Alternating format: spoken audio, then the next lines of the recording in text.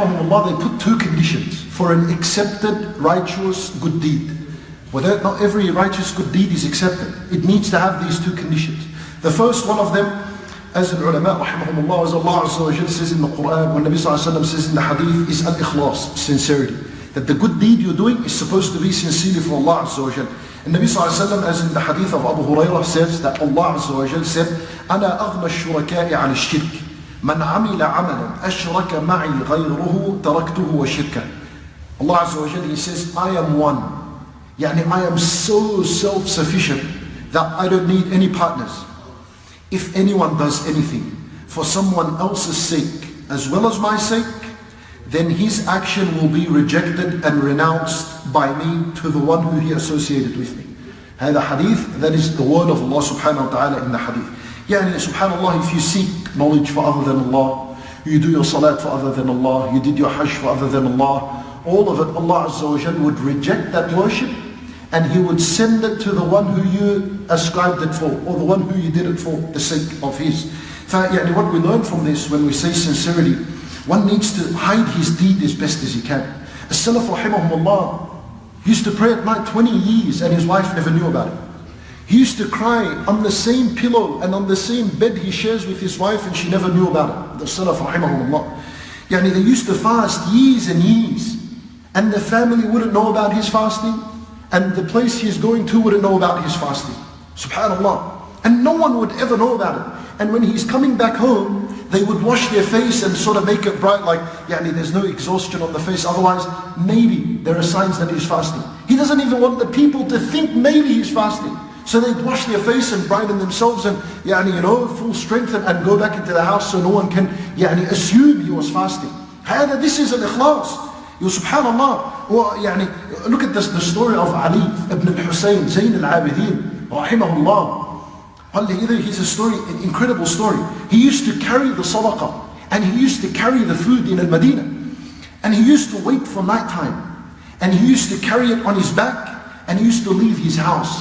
He didn't send his slave boy. And we're speaking about Ali ibn al-Husayn, Zayn al-Abidin, rahimahullah. We're not speaking about someone, anyone. He would go by himself, he wouldn't even sell his slave boy. And he'd go with the sadaqat and the food on his shoulder. And he'll reach the houses of the poor and the widow and the divorced woman and the weak and the oppressed. And he would put food in front of their house and he'd run away. And they'd wake up the next morning and they'd see the food. Years and years and they have no idea who put this food. The day Ali ibn Husayn radiallahu anhu dies, as they're washing his body, they find marks on his shoulder. They find a black mark on his shoulder. And they realized that is the sadaqah that he used to carry years and years on his shoulder. No one knew about it except when they washed him. And so when he died, the day after, the poor and the people in the city, they came out, there's no food in front of their house. So they definitely knew it was him, radiallahu anhu. You see, shuf al-ikhlas, that he hid his hasanah. He hid his hasanah. Nahna, subhanallah, today, and what do we have? We have people that say, he's planned to memorize the Quran. He hasn't memorized it yet and he's already, his advertising that inshallah at the end of the year he should be finished. People haven't went Hajj and he's advertising from now. Ya Allah, please brothers, forgive me, I'm going to Hajj. Go to Hajj first. Subhanallah. The deed hasn't even been done yet and it's public to everyone. Subhanallah, I'll be going bi'idhnillahi ta'ala to this country and I'm helping this and helping that. Hasn't even gone yet. And he's public and he's announcing his hasanah. What is this?